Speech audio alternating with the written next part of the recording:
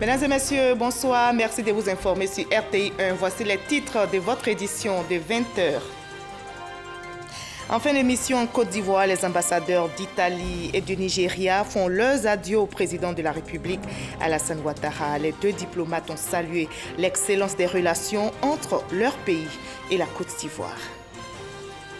Et nous reviendrons sur cette décision du gouvernement de plafonner l'avance et la caution des loyers à 2 mois maximum. Quelles sont les retombées d'une telle décision?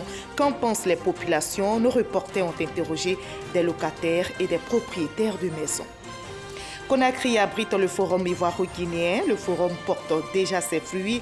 La Confédération générale des entreprises de Côte d'Ivoire a tissé des relations d'affaires. Les entrepreneurs ivoiriens et guinéens ont noué plusieurs partenariats économiques.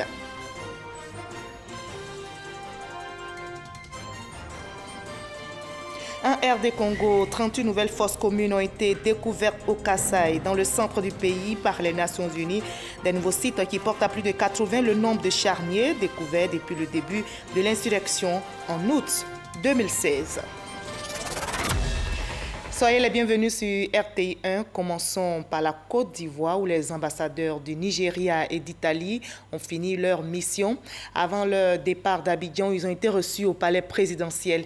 Les deux diplomates nigérians et italiens ont fait leurs adieux au président Alassane Ouattara. Ils ont salué l'excellence des relations entre leur pays et la Côte d'Ivoire. Le reportage d'Awatouri. L'ambassadeur d'Italie quitte définitivement la Côte d'Ivoire après 4 ans de présence. Il est venu faire avec le président de la République Alassane Ouattara le bilan de la coopération entre la Côte d'Ivoire et l'Italie. Coopération qui, selon lui, s'est renforcée. Un bilan positif, une relation traditionnellement bonne et qui a repris de l'élan pendant ces derniers temps. Et donc, je crois que ça va continuer de la même haleine et en espérant que d'ici peu, la Côte d'Ivoire deviendra un pays émergent aussi avec l'aide de l'Italie.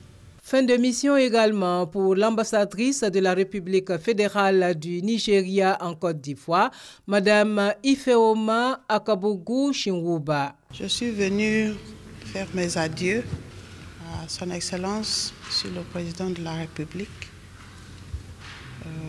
Parce que mon mandat en tant qu'ambassadeur de la République fédérale du Nigeria en Côte d'Ivoire tire à sa fin.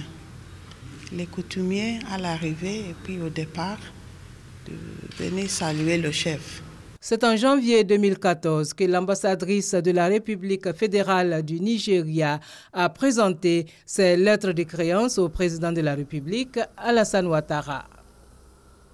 Le directeur général de l'Organisation mondiale de la propriété intellectuelle était chez le vice-président ivoirien. Daniel Kablan-Duncan et son hôte ont échangé sur la protection de la propriété intellectuelle. On retrouve Awatouri. L'Organisation mondiale de la propriété intellectuelle, OMPI, est une institution des Nations Unies dédiée à la coopération en matière de protection de la propriété intellectuelle.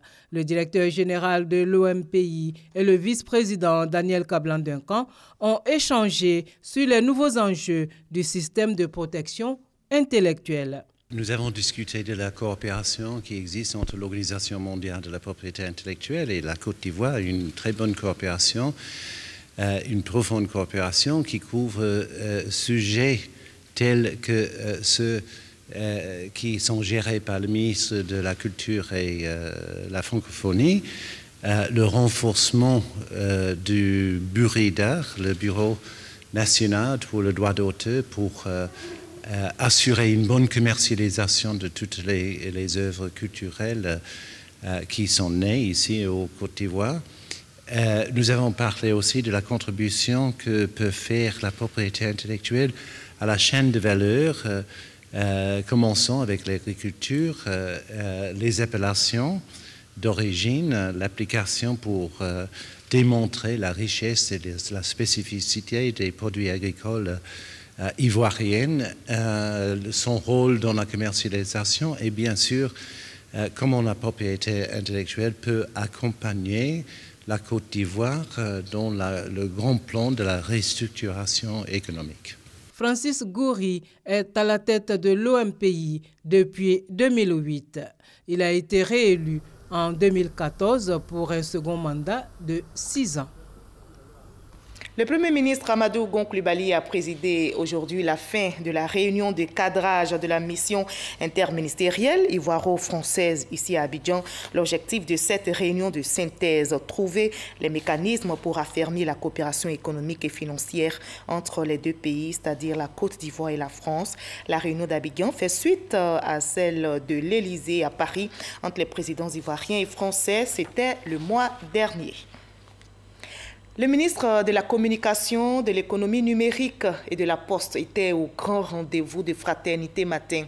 Le ministre Bruno Koné-Nabagné a répondu donc à l'invitation de la rédaction du groupe pour se prononcer sur le secteur de la communication à l'ère des mutations. D'autres sujets ont été évoqués au cours de ce débat, notamment la loi sur la presse et le traitement salarial des journalistes. Serge Kolia y était. La libéralisation de l'espace audiovisuel, le déploiement de la TNT, la télévision numérique terrestre, la politique de formation et de soutien à la presse. Ce sont là quelques-uns des sujets au centre des échanges entre la presse et le ministre de la Communication, de l'Économie numérique et de la Poste. L'État de Côte d'Ivoire a décidé de réaliser le déploiement de la TNT par du financement public et par des acteurs publics. Nous sommes donc dans ce processus actuellement. Nos prévisions indiquent que nous pourrions être prêts pour la fin du premier trimestre 2018. Donc nous sommes ici dans un déploiement qui est en train de se réaliser pour permettre aux acteurs sélectionnés de commencer à émettre. Pour l'invité de la rédaction de Fratmat, plusieurs tares minent le secteur de la presse. On peut citer entre autres le manque de professionnalisme, le mauvais traitement salarial infligé aux journalistes et la trop forte politisation des organes de presse. Bruno Nabagné-Koné note également que le secteur de la presse est en pleine mutation. C'est pourquoi les acteurs doivent s'approprier le numérique pour susciter à nouveau l'intérêt des lecteurs. Le projet de nouvelle loi sur la presse qui a fait polémique il y a quelque temps n'a pas été occulté dans les débats. Prenez la loi de 2004, prenez la loi de 2017 et puis faites les comparaisons, vous allez voir vous-même. Ni moi, ni le gouvernement n'auraient accepté d'aller dans le sens d'une aggravation des peines ou dans le sens d'une réduction des libertés des journalistes. Pourquoi aller punir là où ce n'était pas puni avant? Donc toutes ces questions, nous les sommes posées et comme on ne trouvait pas de réponse, on a dit bon, on va quand même reculer, on va quand même poser la balle pour essayer de comprendre. Et surtout pour permettre à ceux qui n'avaient pas lu, parce que nous étions persuadés qu'ils n'avaient pas lu, à ceux qui n'avaient pas lu d'aller lire. La communication pour le ministre constitue un des leviers importants du développement et de l'émergence de la Côte d'Ivoire. Aussi faut-il une presse libre mais surtout responsable. Et toujours, chapitre communication, après 2 mois de pratique professionnelle, les étudiants en fin de cycle de l'Institut des sciences et techniques de la communication, ISTC Polytechnique, ont présenté leurs travaux au cours de ces journées scientifiques. Les étudiants de l'Institut ont montré leur savoir-faire aux chefs d'entreprise. Le thème de cette 14e journée, 25 ans, que de défis à relever. Je vous propose maintenant de revenir sur cette décision prise hier en Conseil des ministres. Le gouvernement a décidé, je rappelle, de plafonner l'avance et la caution des loyers à 2 mois maximum.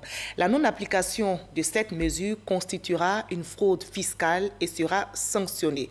Mais quelles sont les retombées d'une telle décision? Qu'en pensent les populations? Notre équipe de reportage, conduite par Herman Guivet, a interrogé notamment des locataires et des propriétaires de maisons. Trouver un logement à Abidjan et dans certaines villes du pays est un véritable casse-tête chinois. À l'origine de ces tourments, les modalités de location offertes par les propriétaires de maisons à usage d'habitation aux potentiels locataires. Devant certaines exigences qui frisent l'abus et la démesure, 6 mois, 7 mois, voire 1 an de caution, le gouvernement a décidé de prendre un certain nombre de dispositions, dont l'adoption d'un projet de loi relatif au bail à usage d'habitation. 2 mois de caution et 2 mois d'avance pour avoir accès à un logement. Dans les rues de la capitale ivoirienne, chacun y va de son commentaire. En tout cas, ça fera du bien à la population.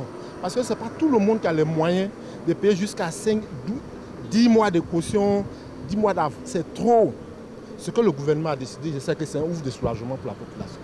En tout cas, vraiment, ça sera acclamé. C'est un très bon sujet, quand même, de faciliter un peu les locataires de maison. En tout cas, ce que le gouvernement a décidé de faire, il n'y a pas de problème, c'est une bonne chose. Je pense que c'est un bon projet de loi. Ça permettra à plus de personnes de disposer de maisons avec des petits budgets. En tout cas, c'est un bon projet de loi, c'est appréciable. Ce n'est pas facile. 6 mois de caution et puis souvent 3 mois d'avance. Cela va souvent même à 1 an. Voilà, je crois que c'est une fortune même. Tu pourrais même construire une maison, faire la fondation. Donc, vraiment, je dis merci à nos autorités compétentes qui ont voulu pencher leur regard sur ce problème qui fatigue beaucoup les Ivoiriens. Et pour donner du contenu à la matière, chacun y va de ses propositions. Pour que ça soit effectif, il faut que les locations, il y ait une traçabilité. C'est-à-dire quoi? Que tous ceux qui ont une maison à louer le signalent quelque part et que sur un fichier, on inscrive les sommes qui sont déboursées. Et l'État, avec cette traçabilité, pourra suivre. Le monsieur, il a construit sa maison. Quand tu veux lui dire que le gouvernement a dit de payer tant, il dit que ce n'est pas le gouvernement qui a construit ma maison. Bah, il a raison. Même si tu as te plaindre quelque part, bon, ça s'arrête là, ça va même pas loin. Sans compter aussi les clients. À Abidjan, on sait que le logement, c'est récurrent. Le gars, il vient, il dit, bon, comme il ne peut pas prendre 2 mois, il te donne 3 mois. C'est la loi du commerce, hein. Il faut suivre. Et puis, il faut sensibiliser les gens aussi. Il faut sensibiliser les gens. Le propriétaire, quoi qu'on dise, de deux côtés, chacun a raison. Hein. Je souhaite que cela marche et qu'on puisse faire pression sur les propriétaires, ce qui m'étonnerait, parce qu'ils auront tous les moyens de contourner cette façon de faire. Il appartient à l'État de Côte d'Ivoire de veiller à l'application effective de cette mesure-là. Nul n'est au-dessus de la loi. Une fois que les députés ont voté la loi, je crois qu'elle s'applique à tout le monde. Une fois qu'elle passe dans le journal officiel, je crois que la loi s'applique à tout le monde. Nul ne peut déroger à la loi. Locataires et propriétaires ne parlent pas le même langage. Je suis propriétaire de maison à Yopougon, en Dokwa. 2 mois de caution, 2 mois d'avance. Quand il est dans la maison, il épuise les 2 mois d'avance. Maintenant, la caution, bon, 80 000 par mois, quand on multiplie, ça nous fait environ 160 000. 160 000 francs, ça ne nous arrange pas. Parce que dès que, si moi je loue la maison à une personne, que la personne sort, le deuxième qui doit venir, il faut qu'il puisse entretenir la maison. Et les 160 000 francs, il ne pense pas que ça peut entretenir la maison jusqu'à finir. Il faut qu'on augmente jusqu'à 3 mois ou 4 mois comme ça. Là, ça nous arrange. Les propriétaires, eux, ils exigent quelque chose, mais les locataires aussi, souvent, ils ne respectent pas. Très souvent, nous qui louons les maisons, nous nous trouvons confrontés à un problème qui est celui-ci. Le propriétaire nous dit, je veux 6 mois de caution, 6 mois d'avance. Vous n'en avez pas. Vous dites, ah non, non, non, la loi dit que vous devez prendre 2. Dit, bon, ma maison n'est plus à louer. Ça, c'est le premier pas. Et quand vous insistez, il dit, bon, va louer chez le gouvernement. Vous faites quoi? Donc vous êtes obligé de vous aligner sur ce que le propriétaire dit afin de pouvoir avoir la maison que vous souhaitez avoir. Direction Marcory. Nous avons rendez-vous avec le responsable administratif d'une agence spécialisée en gestion immobilière qui donne également dans le service de location. L'entreprise pratique déjà les modalités arrêtées par le projet de loi. 2 mois de caution et 2 mois d'avance pour avoir accès à un logement et elle semble ne pas s'en plaindre. Ça va alléger un certain nombre de charges au niveau des personnes qui vont acquérir des logements. Donc c'est une très bonne chose, autant pour le locataire que pour nous-mêmes gestionnaires. Nous appliquons déjà cette loi-là à tous nos locataires. Donc on va dire que ça ne sera pas du nouveau pour nous, dans la mesure où nous l'appliquons à tout ce qui est location à notre niveau. Ce qui nous confère déjà même une certaine notoriété, une certaine crédibilité vis-à-vis de nos différents clients.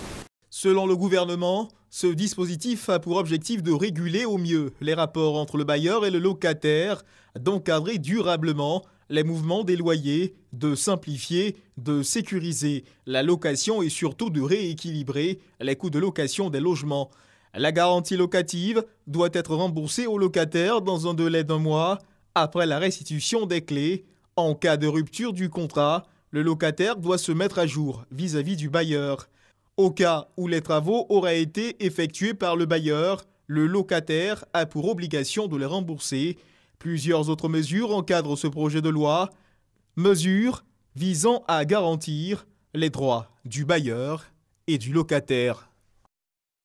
Voilà, réaction donc des populations sur le plafonnement de la caution, un sujet réalisé pour vous par Herman Guivet. 319 Ivoiriens réfugiés au Libéria sont de retour en Côte d'Ivoire. Ils ont été accueillis à tout le pleu par les autorités locales. Ce retour aux volontaires fait suite à la mission effectuée récemment par le HCR et ses partenaires. Le reportage d'Eve Bouy. Camp de transit du Haut Commissariat des Nations Unies pour les réfugiés de tout le pleu, ce 11 juillet 2017, il est 12 heures passées. Ces nombreux bagages indiquent qu'un important convoi de rapatriement est imminent. 3 heures plus tard, au poste frontalier de Pékan-Webli Barrage, la délégation ivoirienne conduite par le préfet de tout le pleu passe la frontière. 319 Ivoiriens rentrent volontairement dans leur pays après plusieurs années d'exil au Libéria. Un rapatriement volontaire organisé par le gouvernement, le HCR et ses partenaires. Échange de civilité entre autorités ivoiriennes et autorités libériennes. Pendant ce temps, dans un des 8 camions stationnés, nous recueillons les premières impressions des désormais ex-réfugiés. Quand je partais, j'étais élève. Bon. Ce qui peut me faire du bien, si je repars à l'école là, c'est bon. La paix est revenue, on va s'asseoir pour construire nos pays. C'est donc le retour au Bécaye. Nous retrouvons le camp de transit qui connaît son animation des grands jours. Il est 16 heures passées. Des mots de bienvenue des élus et des autorités, des consignes d'usage données par le Sahara, service d'aide et d'assistance aux réfugiés et apatrides, surtout en ce qui concerne les documents administratifs. Pour les questions liées à la réinsertion, l'espoir est permis. Ils ont posé pour la plupart des problèmes de sécurité, des problèmes de conflits fonciers. Nous avons les mécanismes, nous avons les procédures pour les régler. Donc je peux les rassurer que les diverses préoccupations qu'ils ont trouveront des solutions sans aucun problème. Tous nous allons nous organiser pour que tous ces parents-là vraiment puissent avoir ce qu'il faut pour que nous puissions vivre en toute convivialité. Et pour les aider à démarrer cette nouvelle vie, des mesures d'accompagnement sont prévues. Il y aura une petite dotation, on va dire financière, une assistance en vivres qui est faite par notre partenaire, le Programme alimentaire mondial, le PAM, une dotation de 3 mois de vivres. La nuit tombe sur le camp de transit de tout le pleu. Les ex-réfugiés, après une bonne restauration, continuent de remplir les formalités d'usage. Il est 23 heures. Ils passeront une seule nuit ici avant d'être conduits vers leur destination finale. Notons que ce rapatriement volontaire intervient quelques jours après qu'une délégation gouvernementale se soit rendue au Libéria pour informer et sensibiliser les Ivoiriens à retourner dans leur pays. Voilà une mission donc qui a porté ses fruits. L'Institut de formation et d'éducation de la femme IFEF de Port-Bouët a été réhabilité par l'ambassade de la Turquie à hauteur de 110 millions de francs CFA. La remise officielle de l'Institut a eu lieu cette semaine même en présence de la ministre Maria Tokone. L'agence turque de coopération et de coordination veut ainsi accompagner le gouvernement dans ses actions de développement de la femme. Patricia Omoitia. Une coupure de ruban pour découvrir des salles rénovées et équipées. C'est un don de l'agence turque de coopération et de coordination. Coût total, plus de 100 millions de francs CFA. L'institution de formation et d'éducation de la femme, IFEF de Port-Bouët, a fait peau neuve pour le plaisir de ses auditrices. Blandine, élève en 3e année de couture et de broderie, s'est réjouie. Si je quitte ici, avec les moyens, je peux faire moi-même mon atelier. Nous avons reçu du matériel didactique et informatique qui va nous permettre de faire un pas dans le monde des nouvelles technologies de la communication. Dans le cadre de la coopération Sud-Sud, la Turquie veut ainsi donner une approche pédagogique innovante aux jeunes filles de l'IFEF. En effet, je pense que cet établissement est le symbole de la coopération, mais également de l'amitié qui existe entre nos deux pays, la Turquie et la Côte d'Ivoire. La Turquie attache une très grande importance au développement, également à l'émergence du continent africain. Aujourd'hui, nous constatons que l'un des axes du développement est l'éducation, la formation, mais également la participation féminine à la vie sociale et économique. Pour ces 250 auditrices, c'est une marque d'attention qui participe à l'autonomisation de la femme. Vous avez désormais en main un établissement qui a une fière allure, je dirais une très fière allure. Vous avez le devoir de l'entretenir afin de maintenir une qualité de formation qui vous donne la possibilité de relever les défis de la compétition mondiale. Les institutions de formation et d'éducation de la femme existent depuis 1958. Initiées par le ministère de la Femme, de la Protection de l'Enfant et de la Solidarité, le ministère veut étendre ses chantiers de réhabilitation et de rénovation aux 116 IFEF qui existent en Côte d'Ivoire. Nous partons pour la Guinée-Conakry qui abrite le Forum ivoiro-guinéen. La Confédération générale des entreprises de Côte d'Ivoire a fait le déplacement à Conakry pour tisser des relations d'affaires et les retombées sont déjà visibles. Les entrepreneurs ivoiriens et guinéens ont pu nouer des partenariats économiques. On nous l'explique notre envoyé spécial Jean-Jacques Ouami. Rencontres, panels et ateliers sont les temps forts qui ont marqué la première journée du Forum économique ivoiro-guinéen. Les opérateurs économiques ivoiriens et guinéens saluent cette initiative qui a permis d'établir des contacts d'affaires. Nous avons déjà eu plusieurs sollicitations pour mieux comprendre donc l'économie ivoirienne, mieux comprendre les procédures pour s'établir en Côte d'Ivoire. Déjà la distance est un problème de distance. Quand vous importez les choses depuis la Turquie ou alors Dubaï, il y a beaucoup de problèmes de fret et autres. Et là, c'est à un micron, il faut juste un véhicule pour transporter les produits. Je pense que ça va nous apporter un ouf de soulagement. L'intégration africaine passe par l'intégration économique. Et les rencontres que j'ai eues avec des opérateurs guinéens, je crois, augurent de beaucoup de bonnes choses. Je pense qu'on est dans cet élan. Le forum nous a vraiment donné beaucoup d'occasions, beaucoup d'opportunités de voir des opérateurs économiques ivoiriens qui évoluent dans le même cadre que moi et qui comptent faire des affaires avec mon entreprise locale. Nous avons découvert un pays à fort potentiel où nos hommes d'affaires, avec l'expérience qu'ils ont de leurs affaires en Côte d'Ivoire, peuvent apporter une valeur ajoutée à partir des partenaires locaux ici qui ont souhaité vraiment avoir des partenariats gagnant-gagnant. Les perspectives sont bonnes. Il est prévu que les entreprises que j'ai rencontrées ici aillent nous rencontrer à Abidjan et qu'il y ait déjà un début de collaboration. Des personnes qui sont tout à fait enthousiastes comme nous et on espère revenir très bientôt. Mais au-delà des contacts et partenariats, le patronat ivoirien a invité le patronat guinéen en Côte d'Ivoire. La Guinée sera le pays à l'honneur à l'occasion de la 6e édition de la Confédération générale des entreprises de Côte d'Ivoire, CGC Academy, prévue du 29 au 30 septembre prochain à Abidjan. Sur place ici, le rideau est tombé sur la 16e édition du prix d'excellence de la Direction générale des impôts, célébré sous le signe du numérique et du digital. Les 10 meilleurs agents, toutes catégories confondues, ont été récompensés. Le prix d'excellence de la DGI, célébré chaque année depuis 2001, vise à honorer ainsi le mérite, le travail, les qualités morales et éthiques des agents des impôts. Justine Seikike.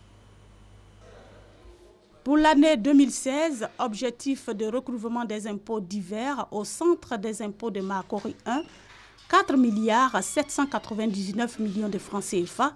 Réalisation, 4 milliards 882 millions 720 920 francs CFA, soit un taux de réalisation de 100,91%.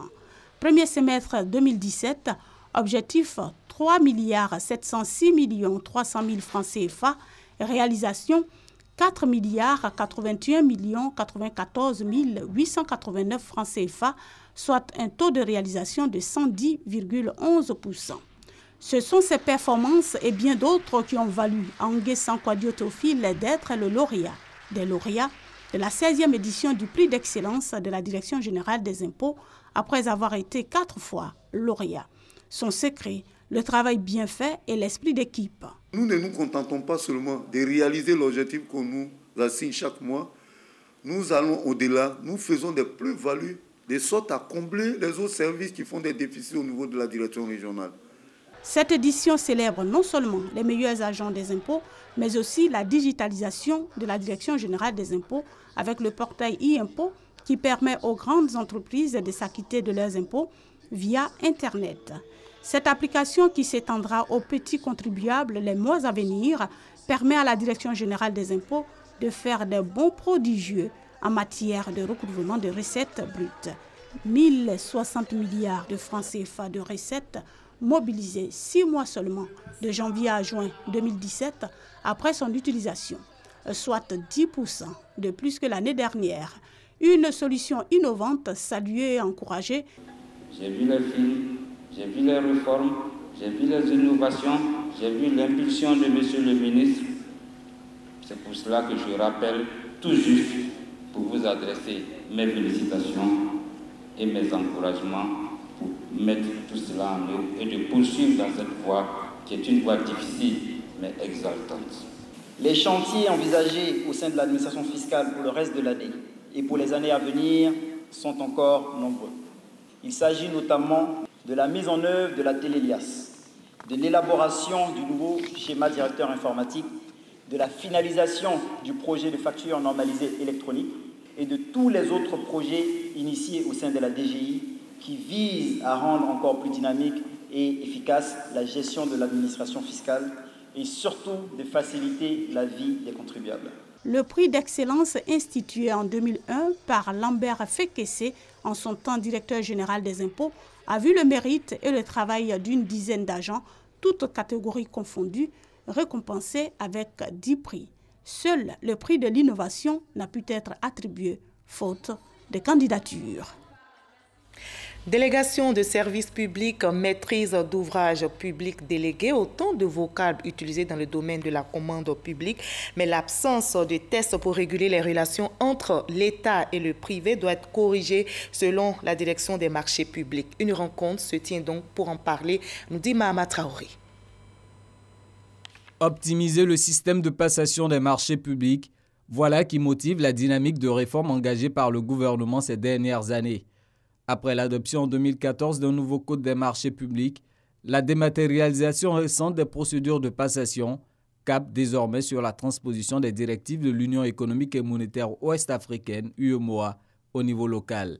Directives portant notamment sur la délégation de services publics et la maîtrise d'ouvrages délégués. La délégation de services publics, c'est confier la gestion d'un service public à un opérateur privé qui agit pour le compte de l'État.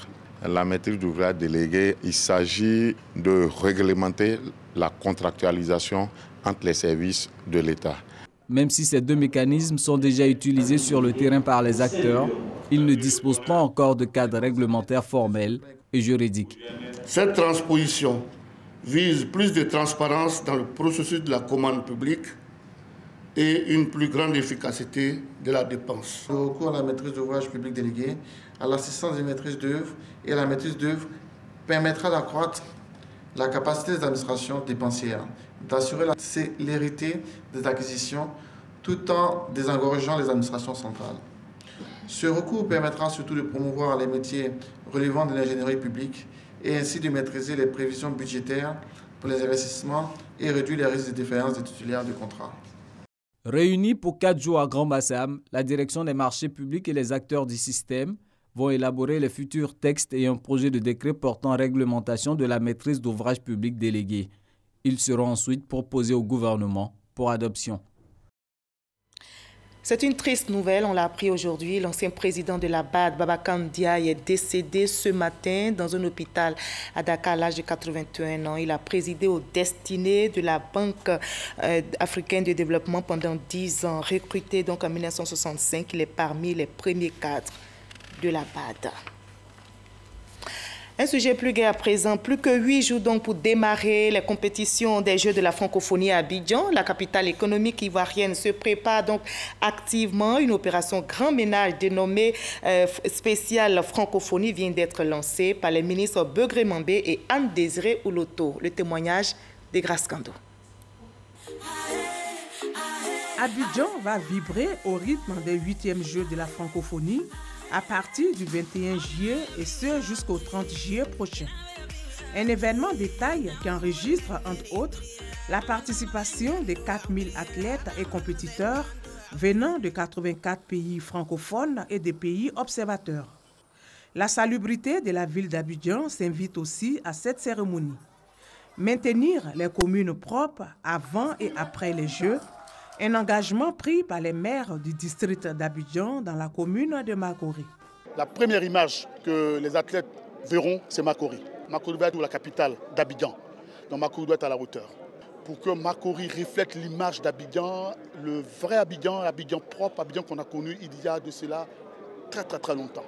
Cette action dénommée Édition Grand Ménage spéciale francophonie vise à contribuer à l'amélioration de la propriété des communes du district d'Abidjan.